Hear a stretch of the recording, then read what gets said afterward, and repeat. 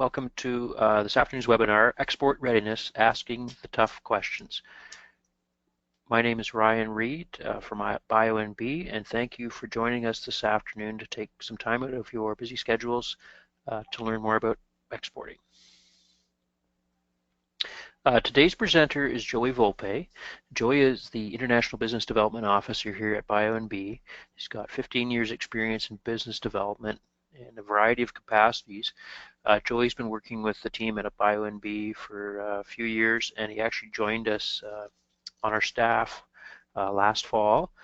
And Joey's got a lot of experience in developing new businesses. He's got experience in bioscience sector and experience in exporting, and working in both public, private, and academic sectors as well. So we're really happy to have Joey on our team full-time, and I asked Joey if he could help us with this webinar on exporting, because that's the area that he's working in with our clients, helping to support our clients in their export plans. My name is Ryan Reed. I've hosted a few webinars here at BioNB over the past year. I work with the startups. We have about 40 on our roster right now. In my background, I worked in a number of startups, mainly in IT. I also teach in the UNB program, or the MBA program up at UNB.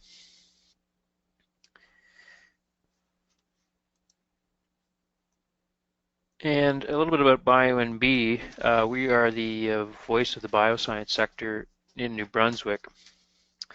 We're a non-for-profit, non-government agency, and we've been around for about just over 20 years. And our goal is to support researchers and entrepreneurs in developing new businesses. We work with startups and we work with mature companies, and that's today's webinar is targeted towards those mature companies, or those companies that are making some revenues or looking at expanding their markets outside of New Brunswick and outside of Canada. So we work with about 40 startups and a number of other mature businesses.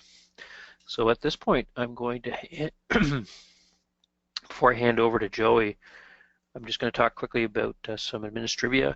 The presentation, Joey will give, will last about 20 minutes, and then we'll have 10 minutes for questions. If you have a question at any time, just type it into the chat box on the right side of your screen in the panel that appears there, and I will read out the questions to Joey at the end. So anytime you have a question, just type it in there. We're going to send out a copy of the slides within 24 hours, so you don't have to worry about taking notes. You can just sit back and relax. And we do have a catalog of other webinars we've done over the last couple of years. They're all on our website, and that's the address right there. So without further ado, I'd like to pass it over to Joey Volpé. Thank you very much, Ryan, and good afternoon, and thank you for joining us, everyone. So before we get into the core of the subject, let's just briefly go over the webinar's objectives together. The first objective relates really to preparedness and risk mitigation. Since exporting into new markets requires an investment in resources, both human and financial, it's very important to take what I like to call a measure twice, cut once attitude. Asking the right question is really the first steps towards mitigating risk and increasing your chances of success. The second objective relates to helping you find answers to these tough questions. Today's webinar is aimed at asking the right questions, since it would obviously be impossible for us to answer all of them during the course of a 20-minute webinar. However, for those of you who don't know our team at BioNB, please keep in mind that our mandate is to help support the bioscience community. So anytime, don't hesitate to contact us if we can help you find answers. Our team, we're all there to help. So now let's get into the gist of things. The first and most important question to ask before exporting or attempting to make any kind of sale for that matter is quite simply, do I know my customer persona?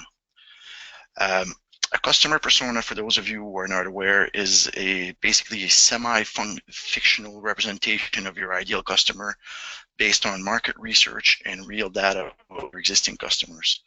When creating your buyer persona, you should consider customer demographics, buyer behavior patterns, motivations, and his or her goals. Basically, the exercise is about knowing your customers and thinking about your product or service from their perspective. For example, if you're attempting to market a new eco-friendly protein source for the value-added food market, for example, your instincts would probably tell you to start thinking in terms of who the food processors are and how best to market your products to them. And that's obviously an important part of the puzzle, since they'll be the ones purchasing your products directly from you. However, it could also be very useful to think in terms of who will ultimately be the consumer at the retail level. The information you gather when going through this exercise will actually become your sales pitch when you're in front of your direct buyers, in this case, food processors. What you need to demonstrate to them is the fact that there's a solid base of retail customers that will want to purchase their products if they incorporate your eco-friendly protein source.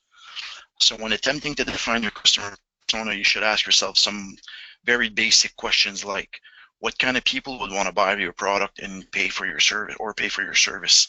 How old are they? What gender are they? How much do they earn? With regard to your product or service, what do they want? What do they need? And what are their pain points? That's very important. Only when you define your customer persona should you start considering moving into a new market, which brings us to our next important question. Once you know what your ideal buyer looks like, you can then move on to establishing the potential size of your target market. Quite simply put, how many potential customers that fit my profile are in this market? I can't stress enough how important this is, since it's the quickest and best way to determine if attempting to conquer a given market is worth it for your organization or worth the effort. Basically, is the potential return on investment worthwhile, considering the investment in resources, human, financial, or other, required to sell in this export market? In order to help determine this, there's some very basic questions you should ask yourself. First off, very generally, you should consider the market's demographic profile, population, age, spending power, etc. You should also consider the market potential for your products and services. Essentially, what are the current sales of your product or service in that market today? And also, what's the potential size of the market? Is it growing? Is it contracting? Will there be future opportunities? Another very important question, and one in which you need to be realistic when you evaluate, is how much of the market share can you reasonably take on? Are there different market segments? Do you want to compete in all of them? Pricing is also very important in terms of hitting a new market, and this webinar is not long enough for us to even consider the issue, but you definitely need to at least ask yourself, what's the in-market price point for my product and service? So now, for the sake of argument, let's say we've defined our customer persona and established that there is an interesting market for our product or service in a given jurisdiction. One of the crucial next steps is then to consider the competitive landscape in that market. This is an essential analysis, since even if the market's huge and expanding, maybe the competition is already solidly established and effectively catering to it. This obviously makes market access and penetration exceedingly difficult. In terms of gauging the competition, you should start by asking how many of them are operating or selling in the market. Simple question, very important. You should also not be afraid to compare yourself honestly to your competition. For example, try to find the available industry standards and how you measure up. Also, define exactly what your competitors sell and how that can be differentiated from your value proposition. What could you do to compete with these businesses? What are these businesses doing well or poorly compared to you? Finally, and most importantly, try to establish how they seem to be doing. Do they look like healthy, thriving businesses, or are they ragtag operations? That's usually a good sign of the health of a market. So we've established who we're selling to, how many of them are potential clients, and how many of them we could sell to given the competitive landscape. Another important thing to consider is the context. In the context of international sale, is what effect would selling to all these customers have on our production and finances?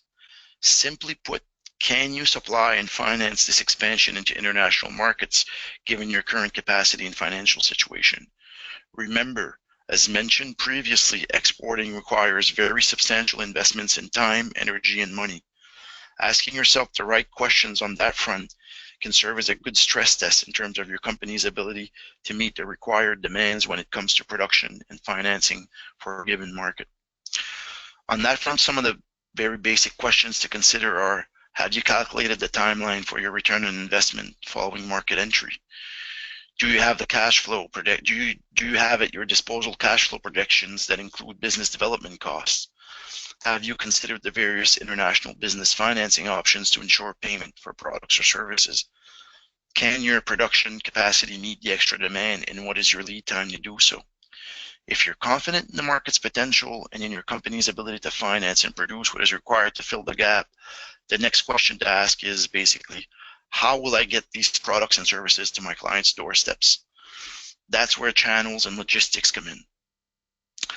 Just very briefly, business logistics is essentially the planning process as well as the implementation of efficient and effective storage of raw materials, inventory, finished goods, and services. It also refers to the flow of transportation of product from the warehouse to the customer. The importance of logistics cannot be overstated in today's globalized marketplace. Solid planning and consideration of this aspect of exporting is absolutely crucial to having success in any export market. Developing the proper channels and having the right logistics at the international level is almost always based on developing solid partnerships. Please, when you're considering this, don't go it alone.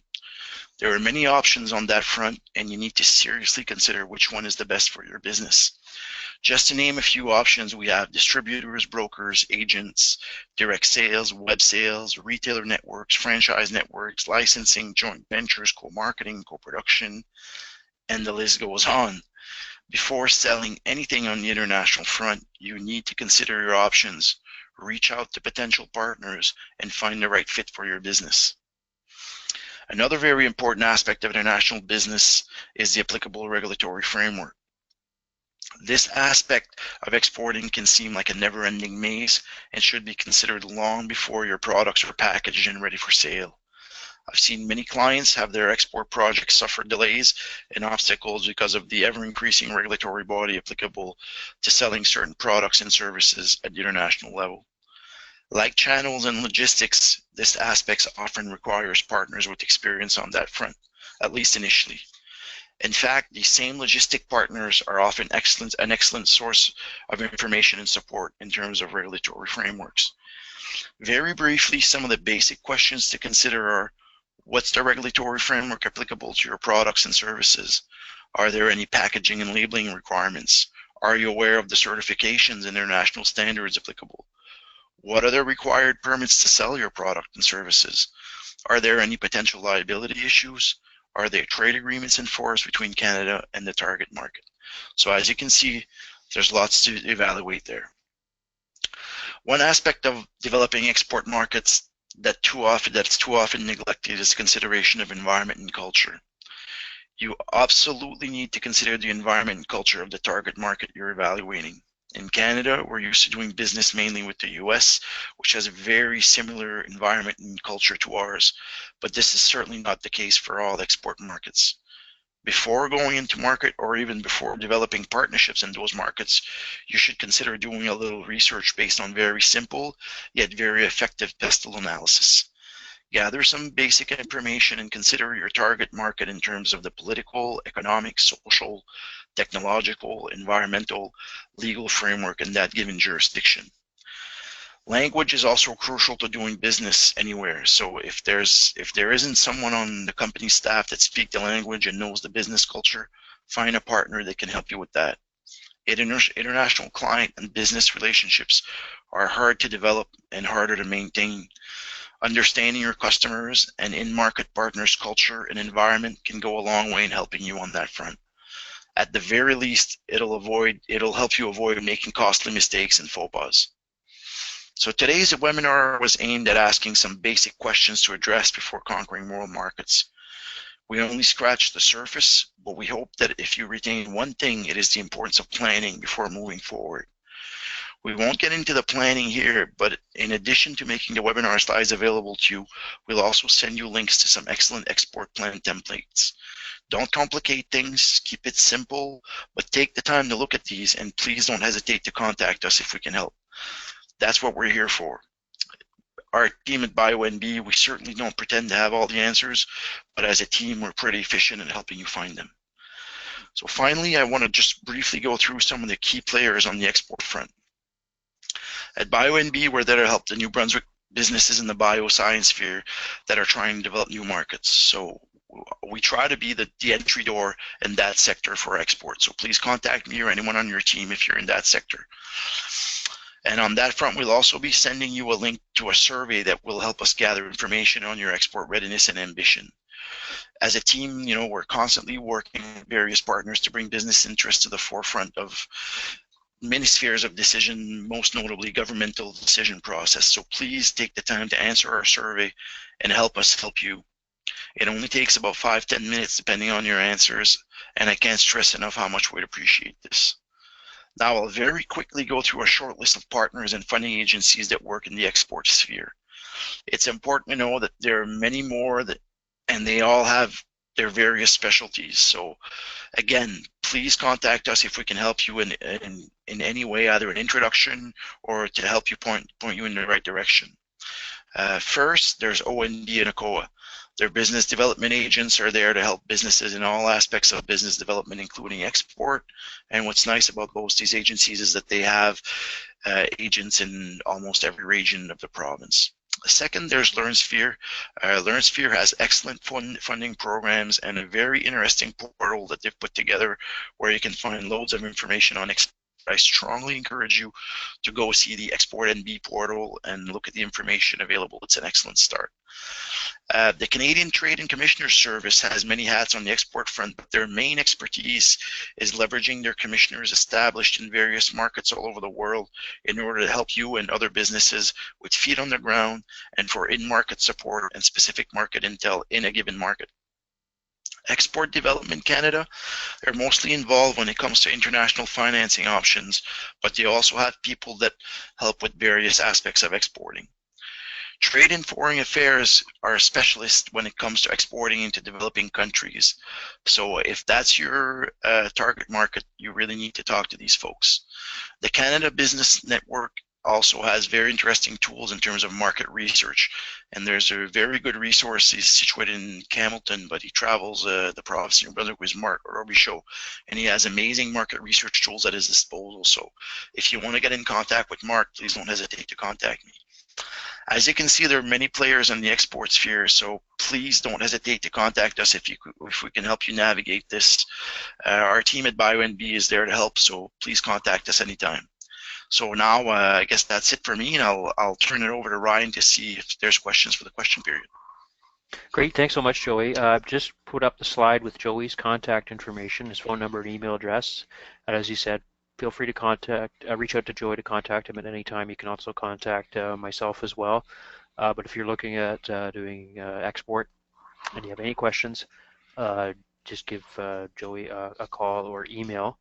We've had a couple questions come in, and if you have a question that's you'd like to get answered, just click that chat arrow for the chat box. It'll pop down, and you can type your message in, and we'll get it. So, Joe, I've got a question here. How can you use the internet for exporting and marketing in international markets? That's a very good question, and I actually wanted to touch on that during the webinar, but due to time constraints, we kind of limit ourselves to the subjects we're going to deal with. But the internet its main purpose is actually, I would say, market research, and a lot of the questions that we actually dealt with during the webinar, they can't fully be answered, but you can get some really good potential solutions, or at least ways to get to those answers using the internet. There's many examples. For example, LinkedIn, if you're looking to, let's say I'm in the manufacturing sector, the housing manufacturing sector, there are groups on there of housing manufacturers from all over the world. You can go in there, you can look at who is available, who you should contact for your product. It's an amazing tool. Another thing that's very interesting, and this is especially true for like what we like to call northern countries like North America and Europe, and places like that where people are on Facebook, is preparing sort of ghost Facebook ads. In terms of market research, it's a very good tool because it allows you to see who likes your products and even if you're not selling in that market, just using your page to sort of promote them, and then you can see when you put an ad up on Facebook who clicks on it, who's looking at it, if you put a video. So that really helps you know who could potentially be your customer persona and how they could be reached. In terms of internet research, I don't want to go too long on it, but it's a very excellent tool, and we work very closely at BioNB also with the Venn Center. And Jonathan Dunnett there has quite a bit of experience in terms of doing market research, especially based on internet market research and market analysis and competitive intelligence. So we often refer to him when we have clients that have very specific needs on that front. So to answer your question, there are many ways you can use it, and if we can help you in any way, either it's a specific sector or what your needs are, please contact me, and I will point you in the right direction. Can you specify what kind of market research is available? And I think they're referring to the Canadian Business Network that you mentioned a couple slides ago. Yes, the Canadian Business Network, and here in New Brunswick especially, I think it's a pilot project, I'm not sure, but they have funding to help businesses do market research, and these services are actually offered free right now to businesses who want to look at, certain businesses anyways, that want to look at different market potentials. They have access to literally thousands of databases that are sometimes sector specific, that are sometimes regionally specific. For example, if you're looking to sell, let's go back to our protein, our eco protein for the value-added food market, they can pull out, the value-added food market size in various jurisdictions, even in Canada, and I think all over North America. You can say, okay, well, my point is my manufacturer, or where I sell, is in Moncton, New Brunswick, and how many food processors, or how many people, or what's the budget allocated to process foods in a 500-kilometer radius, and they can do that for a lot of different places. So I mean, it'd be hard to give you all the details on what they have, but the amount of information they have is amazing, and it can really help you define your market. And what we try to do is that we work closely, especially with people like Mark or Bichot or any of the agents, is we try to prepare you before you go see them, because it saves you a lot of time and energy, and it's a matter sometimes, like we saw today, is asking the right questions. And today's questions were very general and generic, but when you're looking at market potentials, you need to get into specifics, and we can help you get there. And if we can't, we would at least save you some time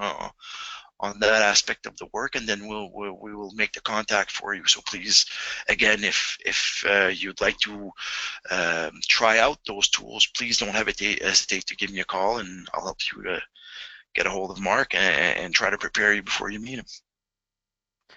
Are there any particular funding programs that you could talk about that support travel to foreign markets?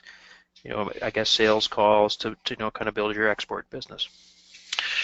Yeah, I think in New Brunswick anyways, the one that's used the most, you have a whole host of them, and I won't be able to get in all of them, but again, some of them are sector specific, and some of them are in innovation, but please don't hesitate to contact me and I'll point you in the right direction. But just generally speaking, a good place to start is usually Opportunities New Brunswick. They have some programs for example, if you'd like to go to a trade show, I can't talk on their behalf, but usually the financing looks something like this. They will pay for 50% of your registration fee. They can pay for 50% of your travel expenses. They have per diems in there. They can even cover a part of your plane tickets. So it's there's some good funding, and it usually comes out to about 50%. So that's ONB. ACOA also has funding available, but not to go straight to a trade show for them. Their programs are mostly based on commercialization and different aspects. And you also have, for example, just one example in terms of sector specific, if you're in the agricultural sector or the transformation sector, the Department of Agriculture in New Brunswick has programs that they can help you with going to trade shows, meeting people, and also, and that's a bit more touchy, but government agencies are becoming more and more inclined or leaning towards helping businesses not only get to trade shows, but also if you want to go to visit a client, like a very specific client, you have to show them that there's nice potential. You can't just call someone and say I'm going to go visit you. There has to be sort of a built-in relationship, a lead at least that's been generated, and a serious potential. But they do offer funding to go. Maybe you say I've got 5 clients, in France. Well, they can probably help you go to sort of a roadshow and meet those clients and visit them. So there's quite a bit of opportunity in terms of obtaining funding. So again, if you're looking into that, please don't hesitate to contact me, and I'll help point you in the right direction.